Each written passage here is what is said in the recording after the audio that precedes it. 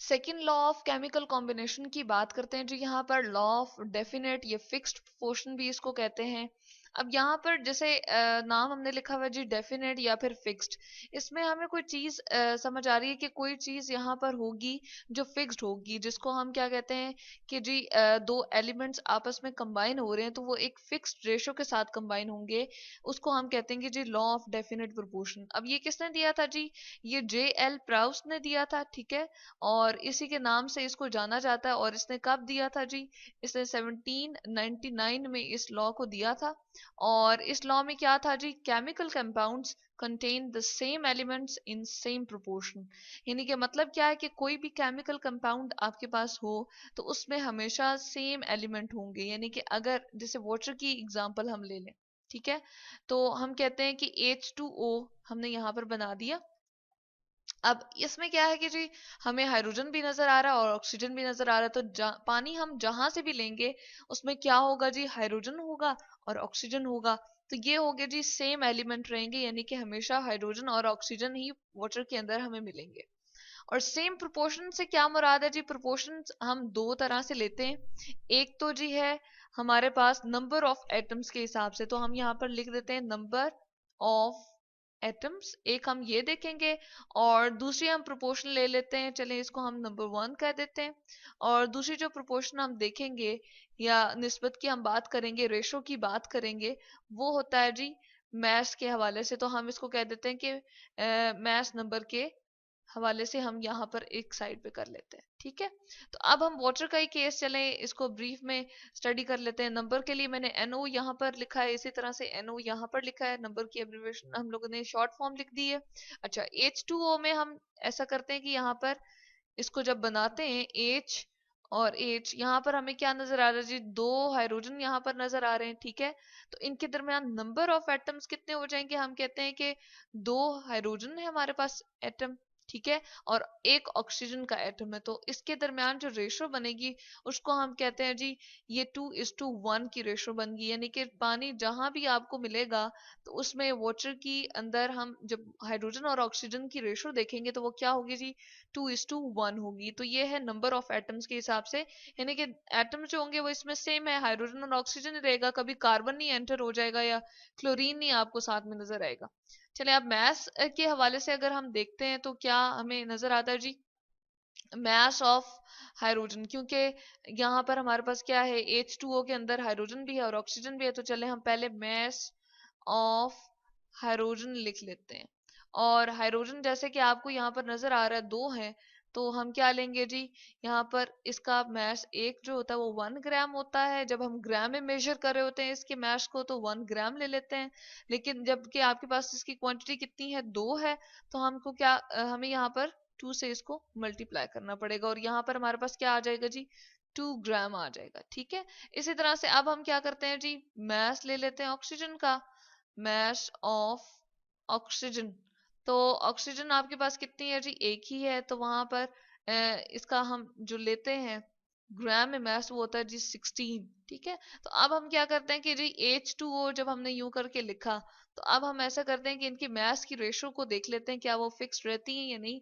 तो यानी कि यहाँ पर रेशो हम बनाएंगे और फिर हर एक पानी के अंदर, चाहे वो आप तालाब से लें, रिवर से लें, या जो बारिश हो रही है उसका पानी ले लें, कहीं से भी पानी लेंगे तो उनके दरमियान मैस की रेशो हमेशा यही रहेगी जो हम यहाँ पर अभी जनरेट करेंगे, जो बनाने की कोशिश करेंगे।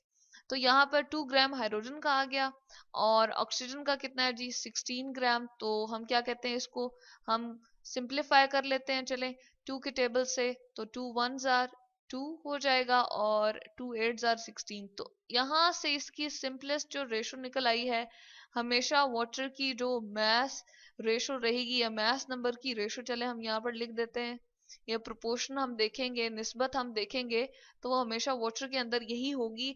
हाइड्रोजन जो है वो 1 पार्ट होगा और ऑक्सीजन जो है वो 8 पार्ट होगा। तो यहाँ से हमें पता चल गया कि केमिकल कंपाउंड अब देख रहे हैं हम, वाटर को ले रहे हैं और उनमें सेम एलिमेंट रह रहे हैं। यानी कि वाटर आप कहीं से भी लें, चाहे वो आपके पास रिवर हो या कोई तालाब हो या कोई समंदर हो, सी वाटर हो, कोई भी हो, तो वहां पर वाटर जहां भी मिलेगा तो उसमें दो ही एलिमेंट होंगे, H और ऑक्सीजन, ठीक है, हाइड्रोजन और ऑक्सीजन ही दोनों होंगे।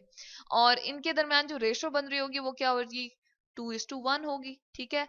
और जो हम इसका मास नंबर की रेशो देखेंगे तो वो क्या आएगी जी, वो 1:8 आ जाएगी। तो यहां से हमें पता चल गया कि ये लॉ ऑफ फिक्स्ड प्रोपोर्शन है, यानी कि उनकी रेशो फिक्स्ड रहती है। चले आप एक और छोटे से केमिकल रिएक्शन से हम इसको समझ लेते हैं।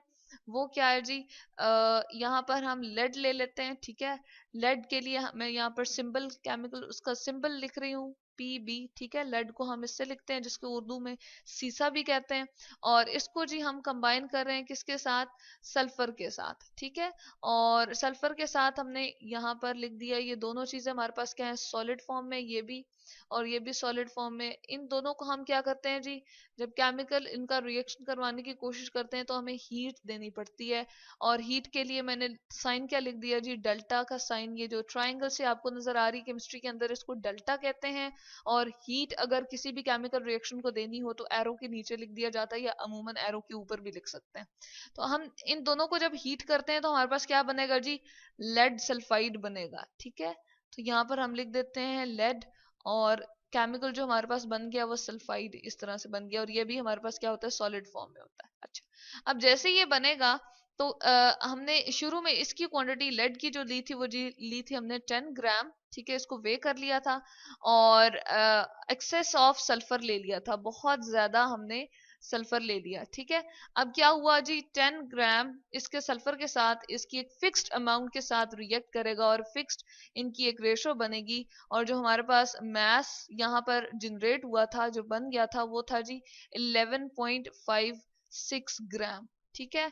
तो अब यहां से तो जो हमारे पास प्रोडक्ट बननी थी वो प्रोडक्ट तो बन गई थी, इसको हम क्या कहते हैं जी, प्रोडक्ट भी कहते हैं, ठीक है, लेड सल्फाइड को। तो ये हमारे पास 11.56 बन गई थी, और एक्सेस ऑफ सल्फर जो इसकी थी वो बाकी बच गई थी, जितनी यूटिलाइज होनी थी वो यूज हो चुकी थी, और बाकी sulphur as it is reaction में बीच में पड़ी रह गई थी।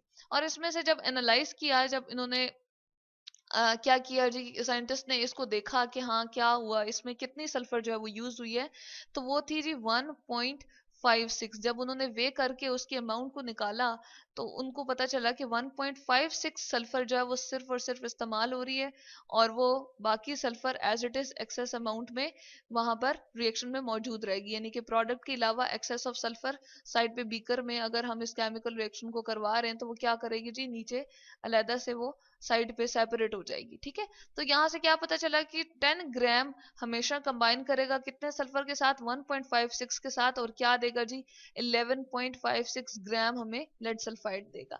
अब हम ये भी कर सकते हैं कि दूसरी जगह हम ये करते हैं, चले मैं इसको चेंज कलर के साथ लिख देती हूँ, कि 10 ग्राम के अलावा हमने ऐसा किया कि हमने लेड एक्सेस में ले ली, बहुत ज्यादा अमाउंट ले ली, और सल्फर जो हमारे पास हम शामिल कर रहे थे जी वो 1.56 ले रहे थे ग्राम। और जब हीट किया और रिएक्शन हुआ, सारा कुछ हमने देखा, तो लेड सल्फाइड जो बना अगेन वो कितना बना जी, 11.56। ये मैं उनकी क्वांटिटीज लिख रही हूँ, ग्राम में उनके मैसेज लिख रही हूँ जो हमारे कंबाइन हो रहे हैं। मेन रिएक्शन हमारा यही है जो चल रहा है, ठीक है।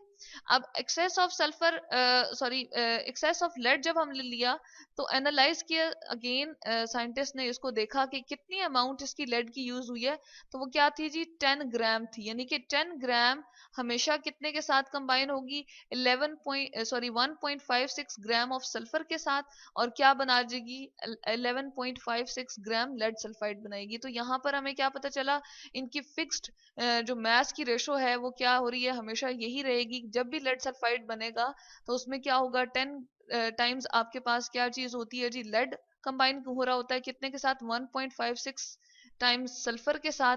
तो आपके पास 11.56 इनकी फिक्स्ड अमाउंट बनती है। इसी को हम कहते हैं लॉ ऑफ डेफिनेट प्रोपोर्शन, या फिर फिक्स्ड लॉ ऑफ फिक्स्ड